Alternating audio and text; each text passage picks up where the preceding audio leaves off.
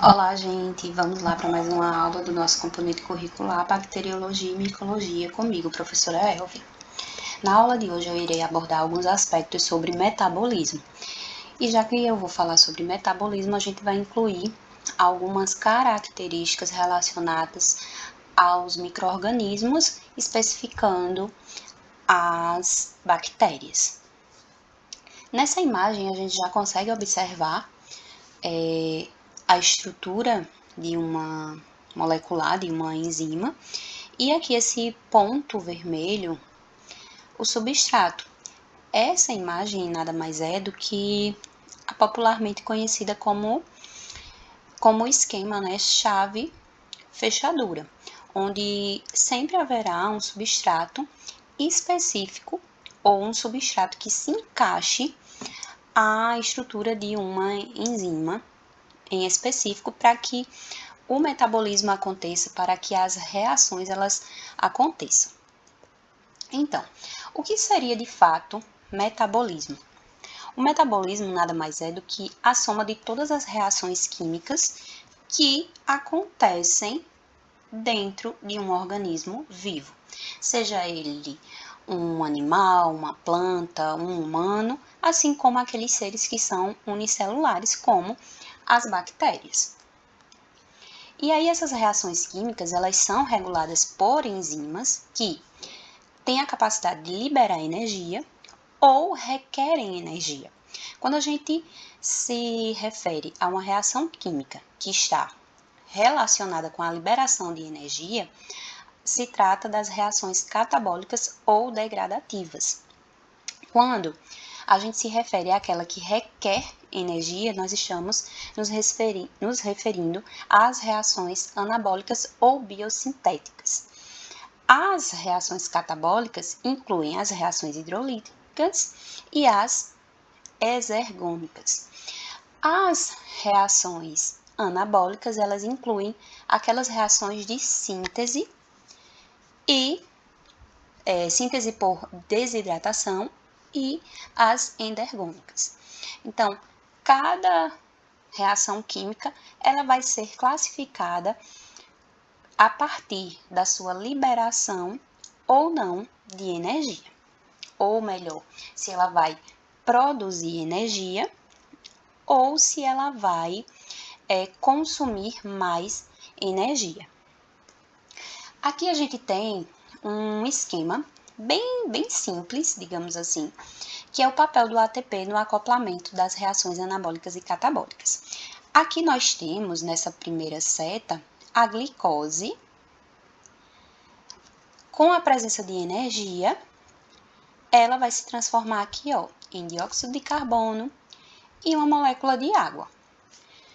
Quando a gente já observa aqui nessa outra seta, nós temos aminoácidos, que aí nesse caso eles vão precisar, né, de energia para poder formar as proteínas.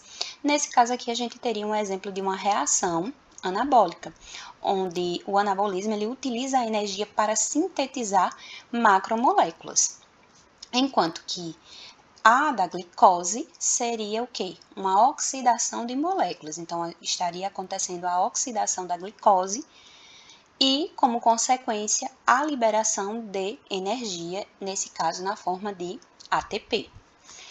Resumindo, as vias metabólicas da célula, que são sequências de reações químicas, elas são determinadas por suas enzimas, que por sua vez são determinadas pela constituição genética da célula. Então, cada célula vai ter ali uma funcionalidade diferente. Então, se a gente está falando de bactérias, então as bactérias elas vão funcionar de uma forma, que são células procarióticas, enquanto que as células eucarióticas elas vão funcionar totalmente diferente, certo? Aqui a gente tem ainda o ponto-chave. Qual seria a diferença entre uma reação anabólica e uma reação catabólica? Eu acredito que agora já dá para entender qual seria essa diferença, que a reação anabólica é aquela que requer energia e a reação catabólica é aquela que libera energia. Além disso, essa energia que é necessária para que aconteça a reação química, ela também vai ser mediada por algo. Mas o que seria isso, né? São substâncias que podem acelerar uma reação química sem que ela seja alterada. Então, existem algumas substâncias que são chamadas de catalisadores. Então, um catalisador ele vai fazer com que a reação ela aconteça mais rápido e vai ter ali um gasto de energia, uma ativação relativamente menor. Enquanto que aquela reação sem, a enzima, sem aquele catalisador, ela vai requerer aqui um pouco mais de energia para que aquele reagente inicial ele se transforme no produto que é necessário para a célula. A gente tem ainda a classificação das enzimas com base no tipo de reação química que elas conseguem realizar. Nós temos a classe das oxidorredutase, transferase, hidrolase, liase, isomerase e ligase. Cada uma delas vai ter uma especificidade ali durante a reação química. Tem aquelas que vão, as oxidorredutases, que vão atuar, por exemplo, na oxidorredução, na qual o oxigênio e o hidrogênio eles vão ser adquiridos ou perdidos, uma vez que ou ela oxida ou ela reduz. A gente tem aquelas que são responsáveis por transferir grupos funcionais, a gente tem aquelas que são responsáveis por adicionar uma molécula de água ou adicionar moléculas de água, aquelas que vão remover grupos de átomos sem hidrólise. Nós temos aquelas que vão fazer rearranjos, como as isomerases, enfim. Cada enzima ela vai ter ali uma funcionalidade dentro da reação a qual ela estiver pertencendo. Aqui nós temos um desenho, ou melhor, uma ilustração de uma apoenzima, de uma coenzima, que aí ela vai servir aqui como um cofator, e aqui em vermelho a gente teria o substrato. Então, a gente teria ali a chave fechadura. Então, para que, de fato, a enzima esteja totalmente completa, ela esteja ativa e, assim, ela vai ser chamada de holoenzima, é necessário que haja a presença de um cofator e de um substrato. Então, isso daqui vai ajudar para que a enzima ela consiga ali atuar dentro da reação metabólica, da reação química que o metabolismo está exigindo. Se essa enzima aqui, ela não tiver coenzima e não tiver o substrato, ela vai ser chamada simplesmente de apoenzima, que é aquela porção proteica que ainda está o quê? Inativa. Aqui a gente tem outra ilustração. Dessa vez, a gente consegue observar melhor algumas estruturas por conta aqui das cores que ajudam mais.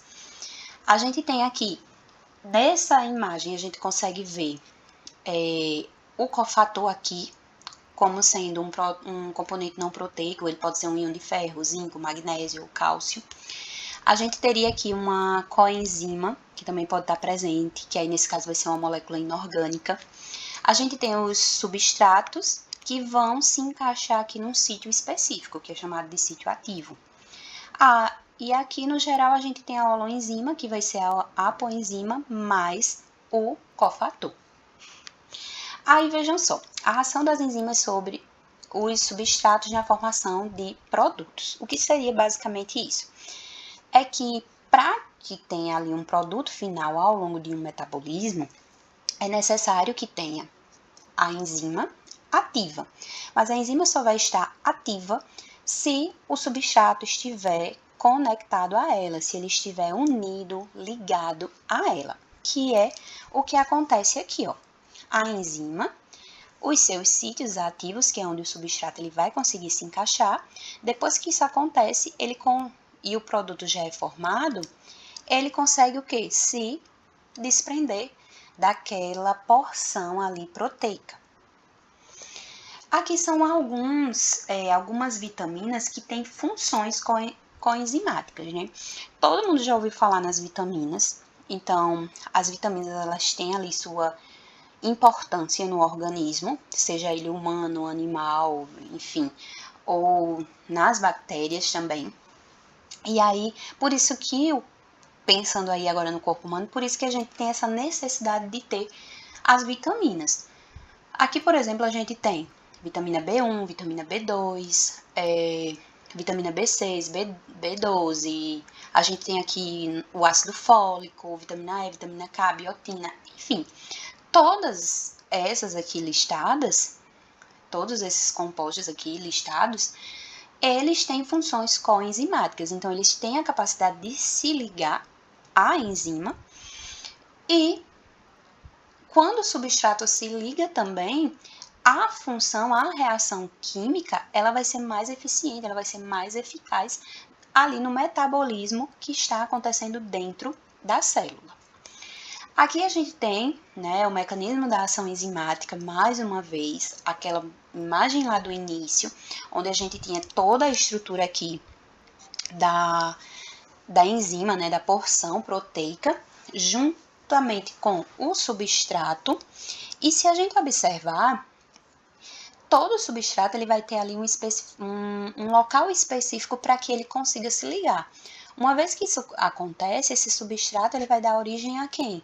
Ao meu produto final. Esse produto aqui, ele vai se organizar e vai se desprender, né? E aí ele já vai ser utilizado em outras reações enzimáticas ou em outro metabolismo, caso seja necessário. E aí a gente tem, né, além daquelas estruturas principais, componentes principais como cofatores, coenzimas, enfim, a gente também tem aqueles fatores que podem estar influenciando na atividade enzimática, que é a temperatura, pH e a própria concentração do substrato. Então, tudo isso vai elevar ou diminuir a atividade enzimática, ou seja, a minha reação química. Aqui a gente ainda tem aqueles que são os inibidores enzimáticos, porque sempre vai ter aquele estraga-prazeres, né? Da mesma forma que tem aquele substrato que vai ali no final ser um produto eficiente, também vão ter os inibidores. Então, a gente tem aqueles inibidores que são competitivos e não competitivos. Então, quando ele é competitivo, então quer dizer que ele vai num sítio, aqui numa região, que deveria ter a ligação de quem? Do meu substrato. Quando eu me refiro a um inibidor não competitivo, então ele vai se ligar numa região que não necessariamente teria ali a necessidade de ter algo, então ele não vai prejudicar a reação enzimática.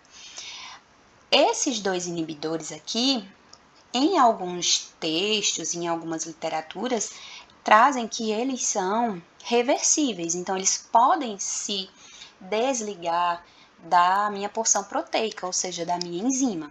Mas tem aqueles também inibidores que eles poderiam se ligar de forma irreversível e não sair mais aqui da região onde ele poderia estar ligado. E aí isso prejudicaria o metabolismo, ou seja, prejudicaria determinada reação enzimática ao longo ali do metabolismo ou da via metabólica. A gente tem ainda aqui a produção de energia. Eu acho muito interessante essa imagem porque ela explica de forma bem simples o que é que acontece numa reação de oxidação e numa reação de redução. Curiosamente, a reação de redução é aquela que a molécula aqui, ela não tem elétrons. E aí, o que é que vai acontecer? Ela não tem elétrons e aí ela recebeu elétron. Então, ela foi o quê? Reduzida. Então, houve uma redução. Essa daqui que ganhou, que no caso que perdeu, né, o elétron, então ela foi o quê? Oxidada. Então, houve uma oxidação. Então, a oxidação é a remoção de um elétron e a redução é o ganho. Então, quando a gente diz que reduz, é porque ele ganhou. E quando a gente diz que oxidou, é porque removeu, retirou, perdeu. Então, seria aí basicamente o contrário se a gente fosse partir do entendimento do que significa a palavra. Mas aí, quando a gente fala redução, é ganho. E quando a gente fala oxidação, é perda, é remoção.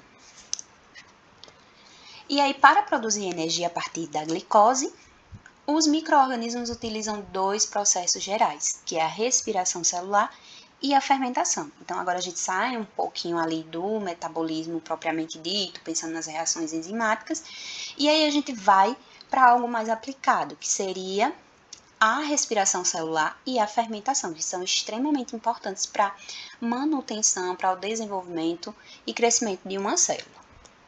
Aqui a gente tem que a respiração, ela, a partir da glicose, ela tem 3 passos principais, que é a glicólise, o ciclo de Krebs e a cadeia de transporte de elétrons. Vejam só, a gente sempre inicia pela glicólise. Por quê? Porque é onde inicia ali a quebra da molécula de glicose. Então, a molécula de glicose, ela tem 6 carbonos. Na presença de ATP, então ela ganha ali um fosfato, ela se torna aqui uma glicose 6-fosfato, porque ela está aqui no último carbono. Ela vai se converter aqui, por reações, na frutose 6-fosfato. Mas aí o que acontece? Há um ganho de mais um fosfato, e aí ela passa a ser uma frutose 1,6 de fosfato. Por que 1,6? Porque tem um fosfato no carbono 1 e um fosfato no carbono 6. A partir dessa molécula, né, de frutose, há uma quebra, onde vai ter a formação da DHAP e vai ter a formação do gliceraldeído 3-fosfato, GP.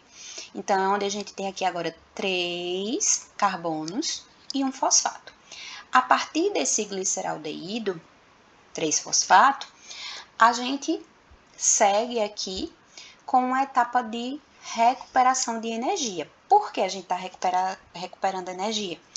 Porque aqui a gente tem o seguinte, a gente tem aqui o ganho de fosfato, né, ganho aqui de ATP, mas quando chegou aqui, na quarta etapa, houve o quê? Uma quebra, então perdeu, mas tem que se recuperar. Então, como é que ele se recupera? A partir daqui, ó, do 2Na2 nada mais. E aí vai ter, ó, a presença aqui de mais 2 fosfato, e aí vai ter a formação agora do ácido 1,3 de fosfoglicérico. Ele vai ganhar mais ou melhor, ele vai perder um fosfato e aí vai passar a ser o ácido 3-fosfoglicérico. A partir de uma conversão aqui, esse fosfato que estava aqui no carbono 3, ele vai vir para o carbono 2. Ele vai perder aqui uma molécula de água e aí vai passar a ser o quê? O ácido fosfoenolpirúvico. Esse fosfoenolpirúvico, ele vai perder o fosfato aqui, ó. E aí, quando ele perde o fosfato, ele passa a ser aqui o meu ácido pirúvico. E é esse ácido pirúvico aqui que vai ser necessário para as minhas próximas etapas da minha respiração celular. E aí, a respiração celular é um processo gerador de ATP, no qual as moléculas elas são oxidadas e o aceptor final de elétrons é quase sempre uma molécula inorgânica, enquanto que uma característica essencial da respiração é a ação de uma cadeia de transporte de elétrons. No caso da respiração aeróbica, ela utiliza oxigênio. No caso da respiração anaeróbica, ela não utiliza oxigênio e, além disso, ela pode ser até morto por ele. Então, a nossa respiração aeróbica, ela acontece por meio aí da presença do ácido pirúvico, resultante da glicólise, e aí vai iniciar o processo, né, do ciclo de Krebs, que é também conhecido como o ciclo dos ácidos tricarboxílicos. São reações químicas na qual, né, uma grande quantidade de energia química potencial armazenada na acetilcoenzima A é liberada por etapas. E a cadeia de transporte de elétrons, ela vai consistir em uma sequência de moléculas carreadoras que são capazes de realizar oxidação e redução. E aqui a gente tem o nosso queridinho ciclo de Krebs. Então, se a gente for observar, aqui a gente tem, né, a molécula, o ácido pirúvico, também chamado de piruvato. Ele vai entrar em contato aqui com o NAD+, vai entrar em contato com a coenzima A, e aí o ácido pirúvico ele vai se tornar a acetilcoenzima A. E aí o que é que vai acontecer, né? Na primeira etapa aqui, ele vai se transformar num ácido cítrico. Esse ácido cítrico, ele vai se transformar, né, vai se converter em ácido isocítrico. Na presença do NAD+, e na perda de um dióxido de carbono, ele vai passar a ser o ácido alfa-cetoglutárico.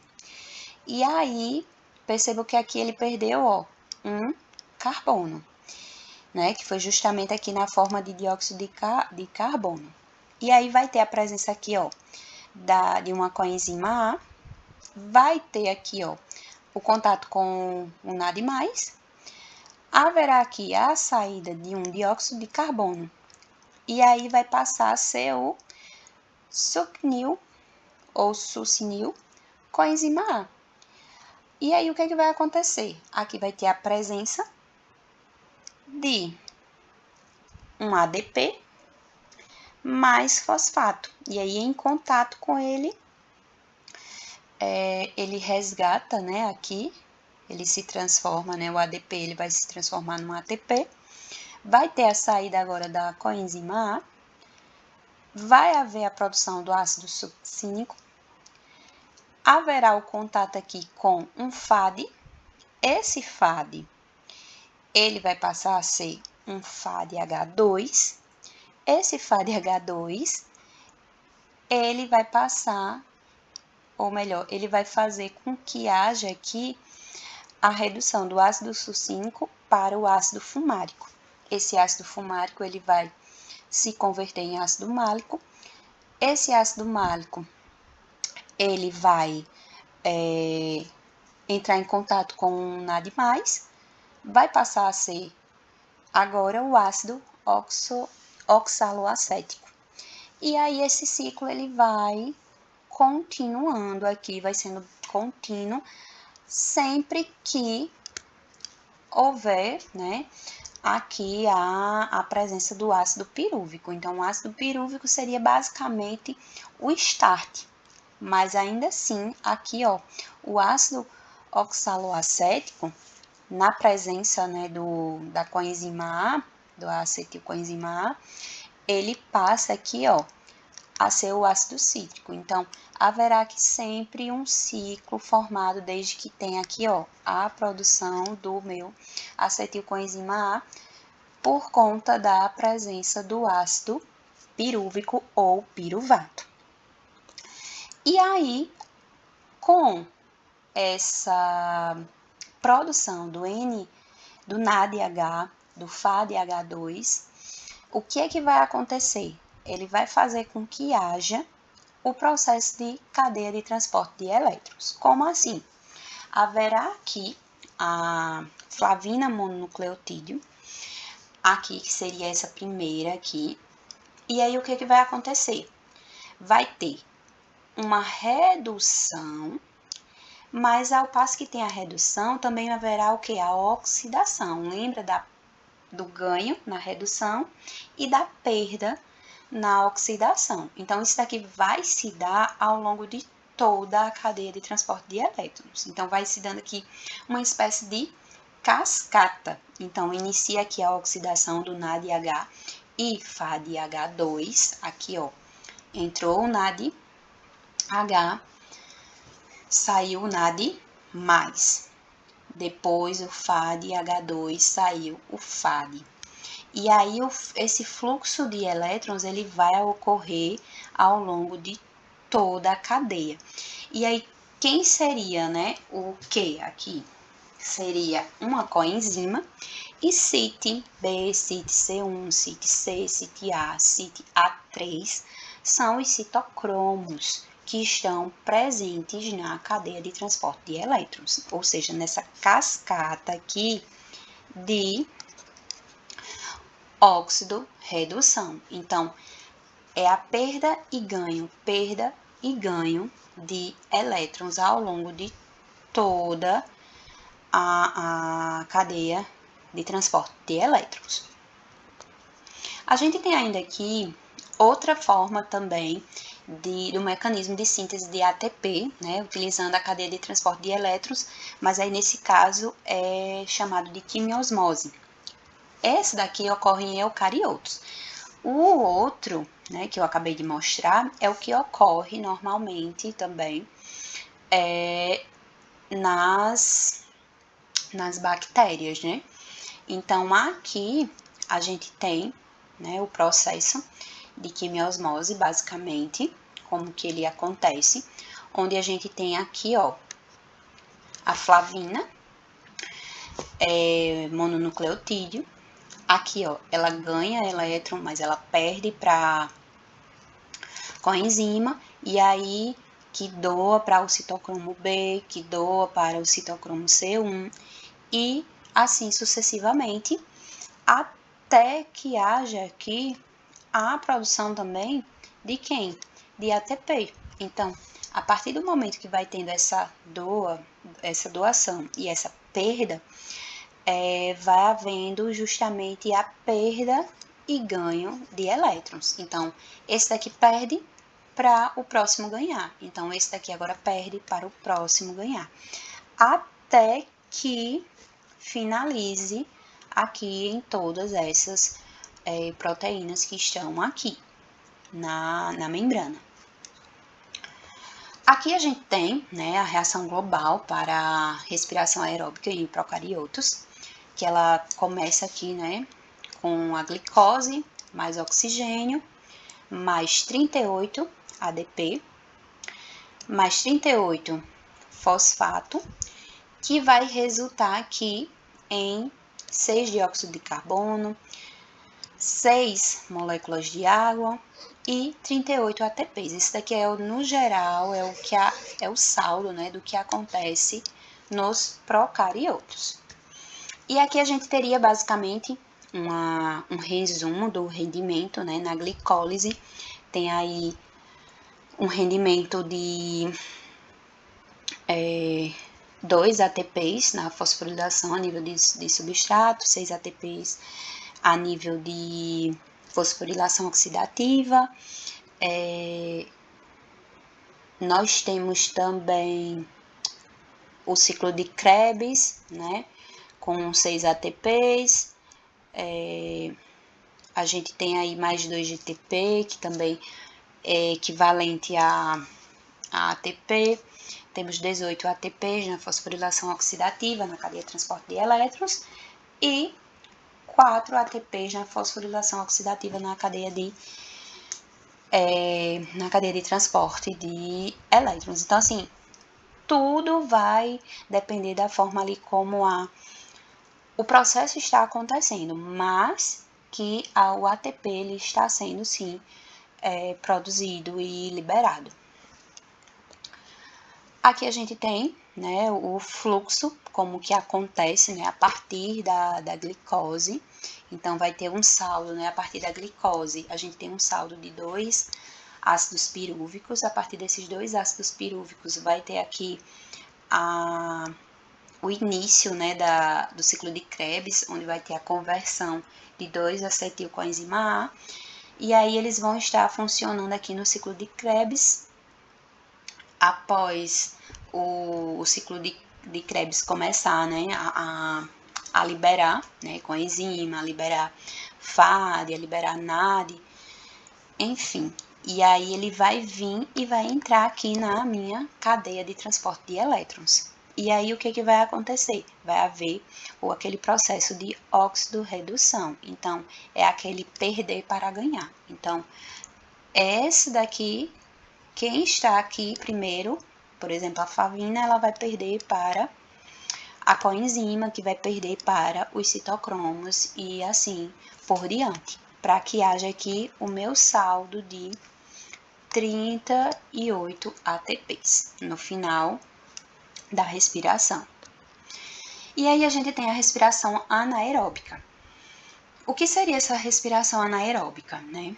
São aquelas bactérias que utilizam outros compostos, e aí utiliza nitrato, sulfato como aceptores finais, e são essenciais tanto para os ciclos do nitrogênio, do enxofre, que ocorrem na natureza. A gente tem aí pseudomonas e bacilos, que vão utilizar íons de nitrato como aceptor final de elétrons. A gente tem o íon de nitrato, que é reduzido ao nitrito, óxido nitroso ou nitrogênio gasoso. A gente tem a outra bactéria, que é a desulfovídeo, que utiliza o sulfato como aceptor final de elétrons, aí vai formar sulfeto de hidrogênio, e outras bactérias que conseguem utilizar o carbonato para a formação de metano.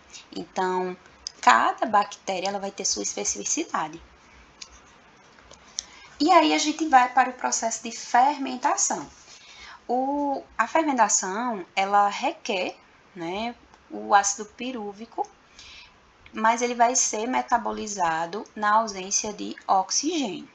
É bem interessante, né, isso, porque a partir do ácido pirúvico, após o processo de glicólise, que acontece normalmente, ou até mesmo por outro tipo de açúcar, enfim, a gente vai ter aqui ou a fermentação ácido lática, para produzir o ácido lático, ou a gente vai ter a fermentação alcoólica para o álcool etílico, a ácido mista, que pode ser ácido acético, ácido cínico, ácido etílico, álcool etílico também, fermentação propiônica, que aí vai para o ácido propiônico, ácido acético, a fermentação butanodiólica, que vai para o butanediol. A gente tem a fermentação butírico-butílica, que aí vai para o ácido butírico, vai para o butanol, álcool isopropílico, acetona, enfim. Então, cada fermentação que vai acontecer, ela vai ter ali sua especificidade. Quais são as mais comuns? Ácido lático, álcool etílico, que são as que mais a gente acaba mencionando como exemplo. E aí, o que é que acontece de fato na fermentação, né? Ela libera energia a partir de açúcares e outras moléculas orgânicas, como aminoácidos, ácidos orgânicos, purinas, pirimidinas. Ela não precisa de oxigênio, mas ela pode até ocorrer na presença dele. Não requer a utilização do ciclo de Krebs ou de uma cadeia de transporte de elétrons. Ela utiliza uma molécula orgânica como aceptor final de elétrons. Ela vai produzir somente uma pequena quantidade de ATP, porque grande parte da energia original na glicose, ela permanece nas ligações químicas dos produtos orgânicos finais, como o ácido lático ou até mesmo o etanol. Aqui é bem simples de observar, né, nessa seta aqui em azul, depois do processo de glicólise, a gente tem aqui a glicose se transformando em ácido pirúvico. Esse ácido pirúvico, ele vai aqui, ó, na presença do NADH, ele vai começar aqui o seu processo de fermentação, ou seja, o processo de fato de formação dos produtos finais da fermentação. Então, tudo inicia com a conversão da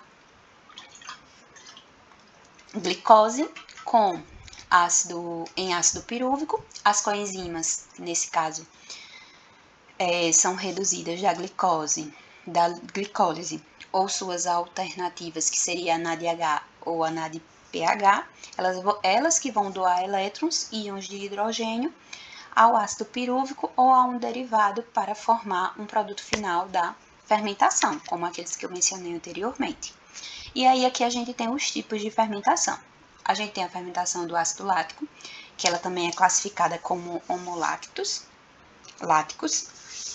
e a fermentação alcoólica, que seriam dos heteroláticos.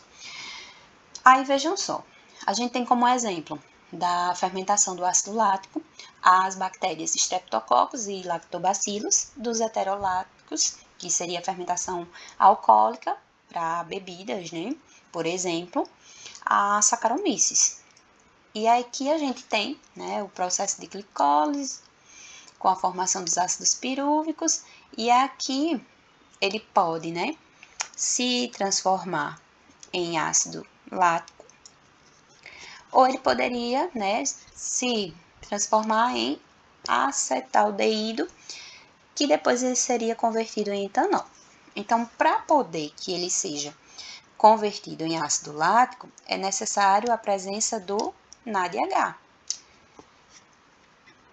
E aqui, para que aconteça, né, a formação, nesse caso, do etanol, é necessário que haja a perda do ácido pirúvico, a perda de dióxido de carbono. Quando ele perde dióxido de carbono, ele se transforma em acetaldeído. O acetaldeído, na presença de NAD, H e hidrogênio, ele passa a se transformar em etanol. E aqui a gente teria a nossa fermentação alcoólica. Aqui a gente tem alguns produtos que requerem a fermentação, como por exemplo o etanol, que aí ele vai ter um uso comercial industrial ou para combustível ou para cerveja e vinho. O micro-organismo que é utilizado é um fungo, né, o Saccharomyces cerevisiae, o ácido acético, que aí seria a produção, né, do vinagre, e a bactéria, o Acetobacter ácido lático, para a produção de queijo, iogurte, que pode ser utilizando lactobacillus, streptococcus, o pão de centeio, que utiliza lactobacillus, chucrute, que utiliza lactobacillus, mas aí dessa vez é outra espécie, o plantarum, salame, que vai utilizar outro tipo de bactéria, que é a pediococcus. Aí, para o queijo suíço, por exemplo, é o ácido propiônico, que aí vai utilizar também o ácido lático, e outro tipo de micro-organismo, né, de bactéria, que é a Propionibacterium. A gente tem ainda acetona, butanol, que são de usos farmacêuticos e industriais. E aí é utilizado o Clostridium, o ácido cítrico para melaço, né, que utiliza o Aspergillus, metano, que vai ser aí através também do ácido acético. E nesse caso não vai ser uma bactéria nem um fungo, mas uma árquea.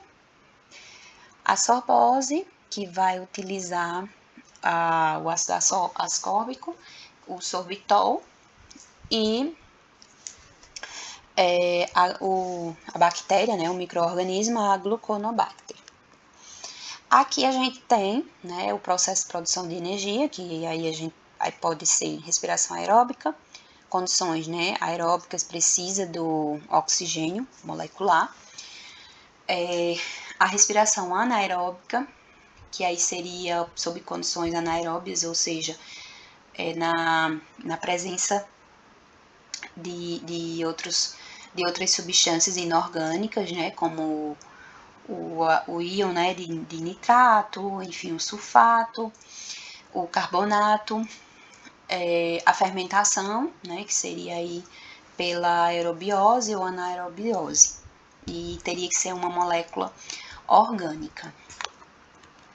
E aqui a gente tem a visão geral, né, da respiração e da fermentação. Se a gente for observar que a respiração é um pouquinho mais complexa, né, por conta que ela requer além da glicólise, mais dois processos, que é o ciclo de Krebs e a cadeia de transporte de elétrons, enquanto que a fermentação, ela requer, né, a presença ali da glicólise, e aí a depender da fermentação que esteja acontecendo, do aceptor final, então aí é que vai se dar o processo de fermentação. E para finalizar, não só apenas a glicose, né, não só apenas esse tipo de açúcar, mas a gente tem aí, por exemplo, né, no caso, a gente não só com carboidratos que acontece o processo, né, de catabolismo de moléculas para atuar aqui na respiração. Pode se dar através das proteínas, quando elas podem entrar em contato aqui direto com o ácido pirúvico, depois da glicólise, ou então aqui, ó, com a acetilcoenzima A, ou diretamente no ciclo de Krebs. E aí atuar no processo aqui, ó, da cadeia de transporte de elétrons. A gente teria aqui também o ácido graxo, enfim. E tanto lipídios, carboidratos, quanto proteínas, eles são capazes aqui de catabolizar, de haver essa liberação, né, de energia para que haja, liberação de ATP para que haja aqui o processo, seja de glicólise, seja de ciclo de Krebs, para que influencie no processo de respiração, né, celular. Finalizo aqui com vocês, espero que tenham compreendido a mensagem relacionada ao que é o metabolismo e por que ele acontece e como ele pode ser aplicado, nesse caso, na respiração celular, na fermentação, enfim. Fiquem bem e até a próxima.